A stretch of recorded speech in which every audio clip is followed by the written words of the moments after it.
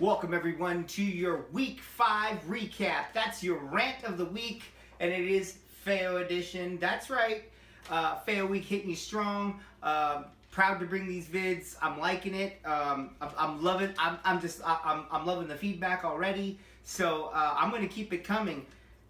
This matchup featured a man with no dick and a man with a pinky in his butt. It's Palo Muerto versus LaBamba. Listen, okay, so this was a slug match with the entire Green Bay offense going up against Dead Dick, and somehow No Dick managed to just pull it out, dude. I don't know how he keeps doing it. Listen, Palomites, you know, despite the salt that you put on yourself, you know, before right after the draft, and we all saw that video of you saying, if I don't get any injuries, I'll make the playoffs. You know, I mean, like, despite that salt, you've managed to dodge, you know, every loss up until this point. I don't know what you did, you know, with Fantasy Jesus, but I swear, it's an amazing run. Very happy for you, 5-0. I think this is one of the best starts that you've ever had. You know, I think Fantasy Jesus has decided to give you one last hurrah, and you know, and he honestly, you know, before he takes you to the great beyond, he's giving you these wins. Like I said, you know, congratulations to you, Palomites with the win. Our second matchup features Mr. Puffy Cheeks, aka I go to Vegas and drop my whole team and then forget the game starts at 6 a.m. aka protecting the streets with my boy Legs, versus Rata, aka the Amish Rat, aka bum fights, aka what else? I live behind dumpsters. You know, listen. Hold on. Let's wait. Hold on. We're waiting. Stat corrections. Stat corrections? No. Oh, okay. No. We called ESPN, and no, Rata. It doesn't look like. You know, Kikos gonna get any stat corrections that are gonna lower his score. It doesn't look like you're gonna get any that are gonna raise your score. So this is gonna go as an L to you, Kiko. I know you moved up in the power rankings, so you know, pulling out the win this week. You know, Rata, like I said earlier, your team's pretty strong. You need like something to happen, you know. It's like you have to move a piece to get a piece to build yourself. Remember, it's about winning in the last couple weeks of the season. These wins right now matter, but you know, you got to put something together, and you got to have guys that are going to be playing hard football weekends 14, 15, and 16. Because remember, this league goes until the 16th week, so there's a lot of teams out there that are going to be resting some of the guys that are winning games right now. So just a little food for thought, Rata. Don't let this win by Kiko get you down. You know, but you know, Kiko again, good win. Moving on, our third matchup features the Dark Knight, aka Midnight, aka Wesley Snipes, aka I'm gonna have to shave this beard, aka Caritas. You're about to be Caritas pretty soon.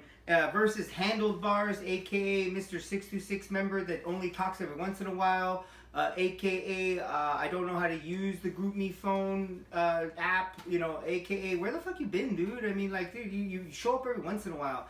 I understand that you know, it's like you don't have anything relevant to bring to the season, but you know, we still want to hear shit from Skids, so you know, it's like we might as well hear some stuff from you. I mean, really.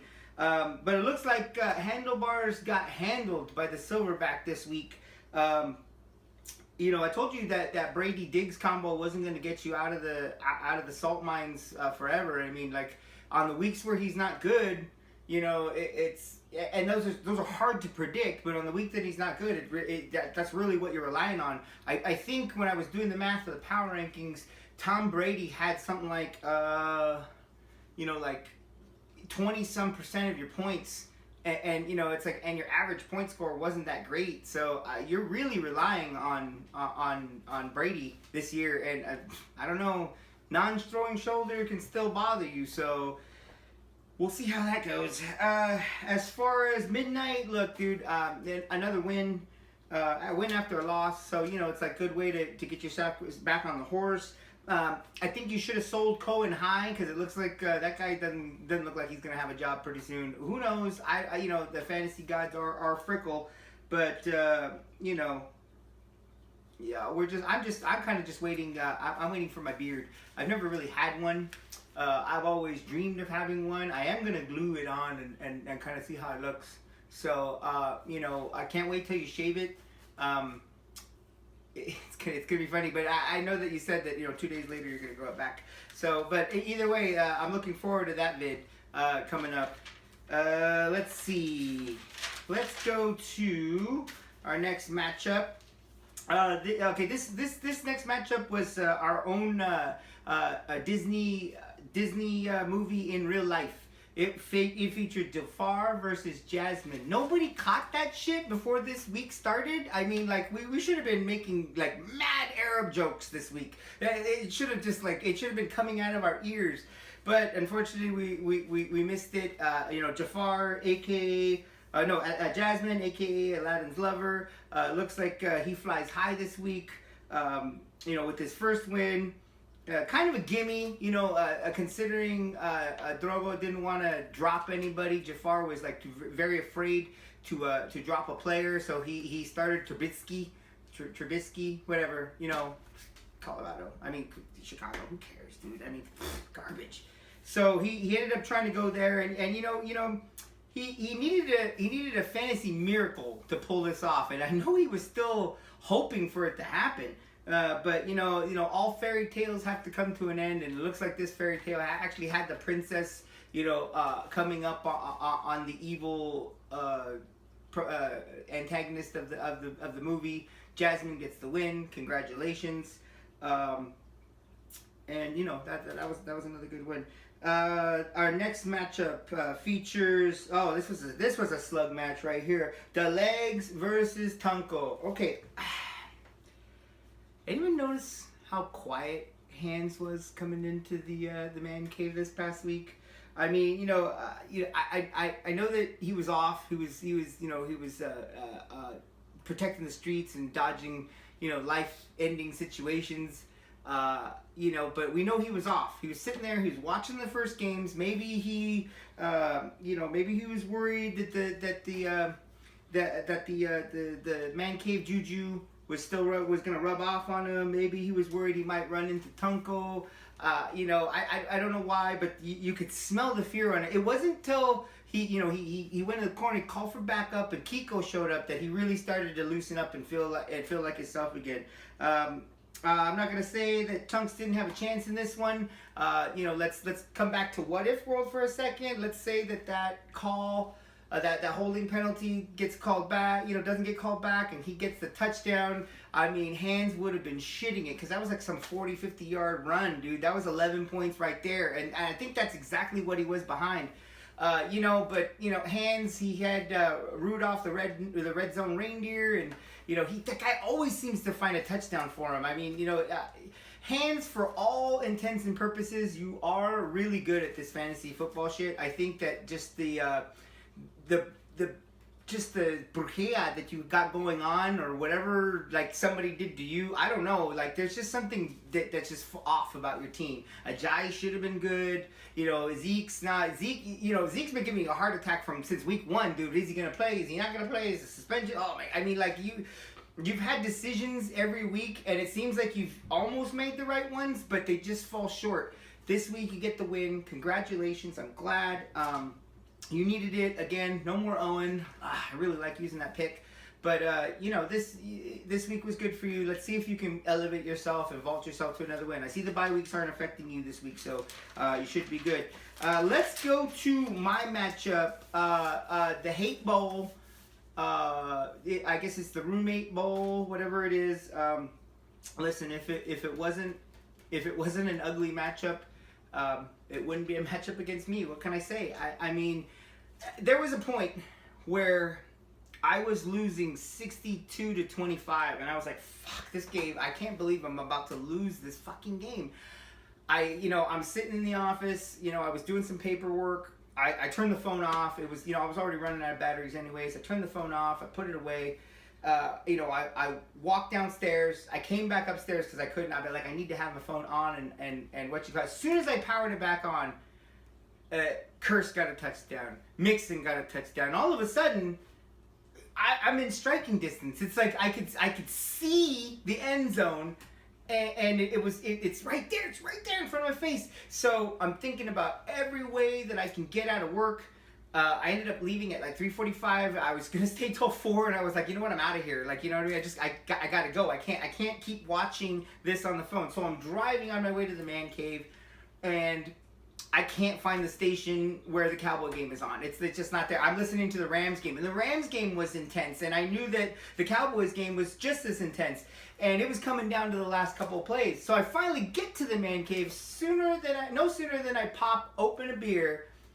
Dak from like the 6-yard line runs in a touchdown, runs it in. He doesn't throw it to Witten. He doesn't throw it to Dez. He gets the run-in touchdown I need.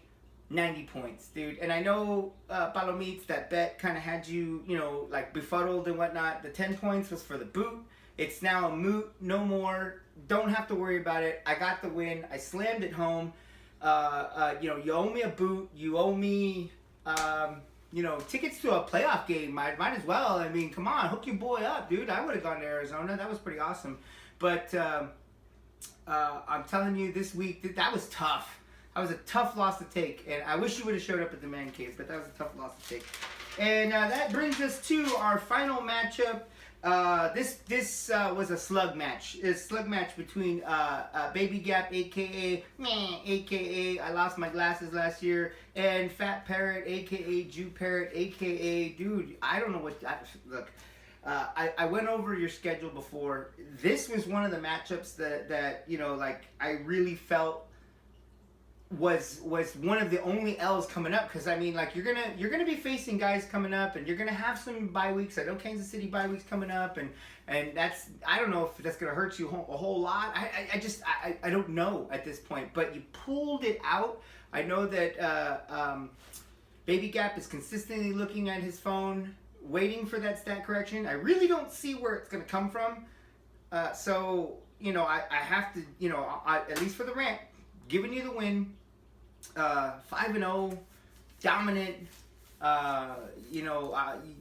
However many chickens you killed this year for this kind of a start, it was the right amount. Maybe previous years it was too little or too many, but you pretty much nailed it home this year, man. I mean, like, I'm speechless. I don't know what to say at this point.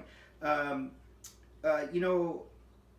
knew something was strange when I was in the man cave, right before the Houston, the Kansas City game was about to start.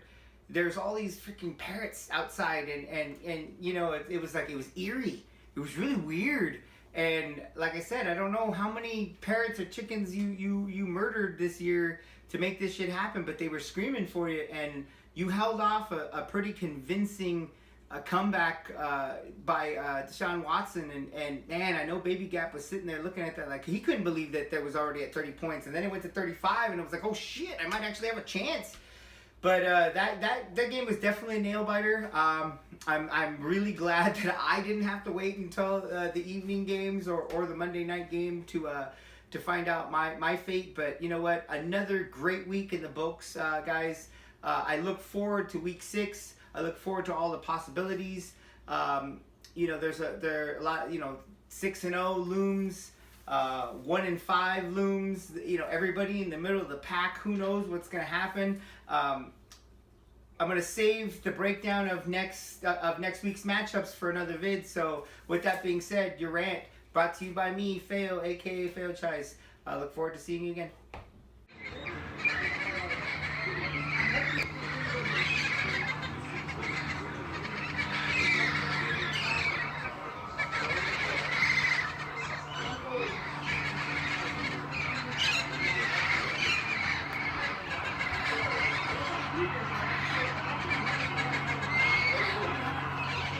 And we should go up there.